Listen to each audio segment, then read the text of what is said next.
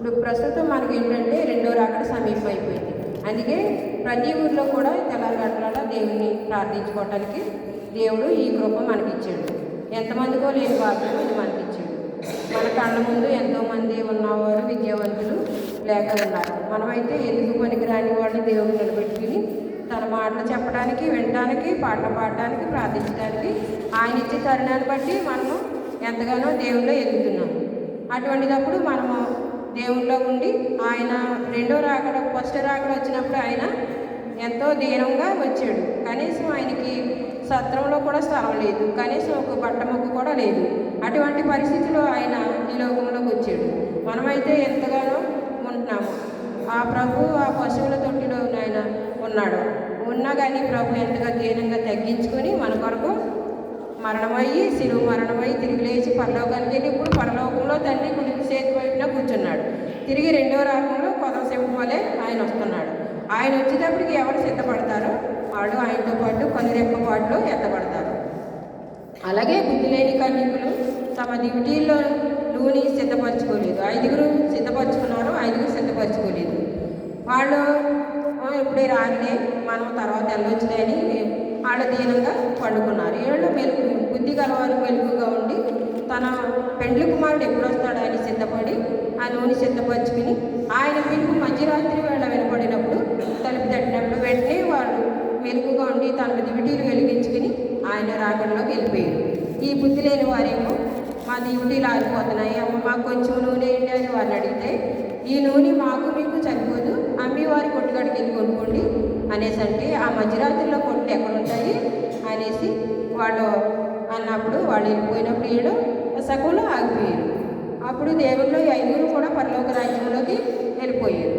అక్కడ ఏంటంటే బుద్ధి లేకుండా ఉన్నారు, అజ్ఞానంలో ఉన్నారు. అందుకని వారికి అలాగాగింది. మనం అయితే అలా ఉండకుండా 10 మంది కూడా దేవునితో వెళ్ళిపోవాలి. మన సంఘంలో ఎంతమంది ఉన్నామో అంతమంది కూడా ఎత్తబడే గుంపులో ఉండాలి.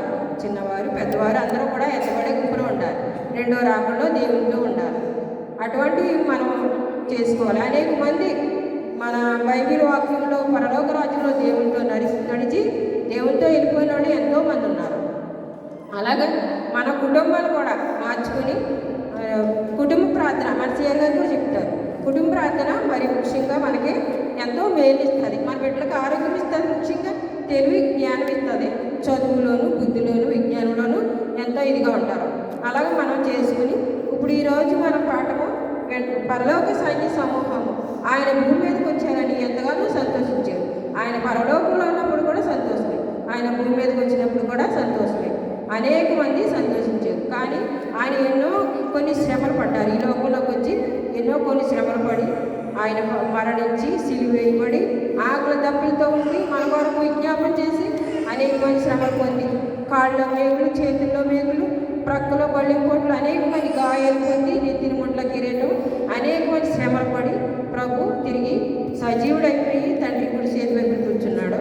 ఇశ్రాయేలు 12 గోత్రములకు తీర్పుకు కొదవసింపు వలె ఆయన పరలోక రాజ్యంలో ఉన్నారు. అలాగా మన సంఘం అంతా కూడా సిద్ధపడి నేను ఎప్పుడూ కూడా నా ప్రార్థనలో నా నిజ ప్రార్థనలో మా సంఘం ఎత్తబడాలని నేను ప్రార్థిస్తాను. ప్రతి బిడ్డలో కూడా బాగా ఉండాలని నేను ప్రార్థిస్తాను. అలాగే మీరు అందరూ ఉండాలని చిన్న మాటలు దేవుడు దించింది కాక కొంచెం ప్రార్థన. మహాపరిశుద్ధుడు అయిన ప్రేమగల తండ్రి, నీ బంగారు పాదానికి వెళ్ళలేని వందలు స్తుతులు స్తోత్రులు ప్రభు. నాయన ఇవ్వదండి ఆయన ప్రభా వచ్చి రాని మాటలు 2 మాటలు నీ మాటలు చెప్పారు ప్రభా. తప్పులుంటే క్షమించు ఆయన బిడ్డలందరూ కాపాడు. ఇంకా రావాల్సిన బిడ్డలు కూడా రప్పించు నాయన. ఈ జన్మదినోత్సవానికి మా సంఘమంతా సంతోషంగా ఐక్యతగా ఉండి ప్రభా ఏ గొడవలు కలహాలు లేకుండా నాయన ప్రభా అందరూ కూడా సంతోషంగా నిన్ను స్తుతించి నీ కొరకు జీవించే బిడ్డగా వాడుకోమని మీరే ఘనత మహిమ ప్రభావాలు పొందమని ఏ సత్య పరిశుద్ధమైన నామములో అడిగి వేడుకుంటున్నాను తండ్రి.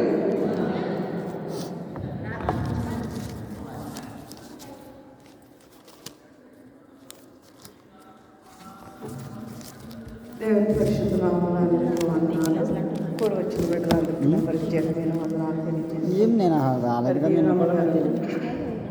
చక్కగా వినిపించారు. కానీ తొందరలోనే ముగించేసారు. 10 నిమిషాలు కూడా మాట్లాడలేదు అమ్మా. మరి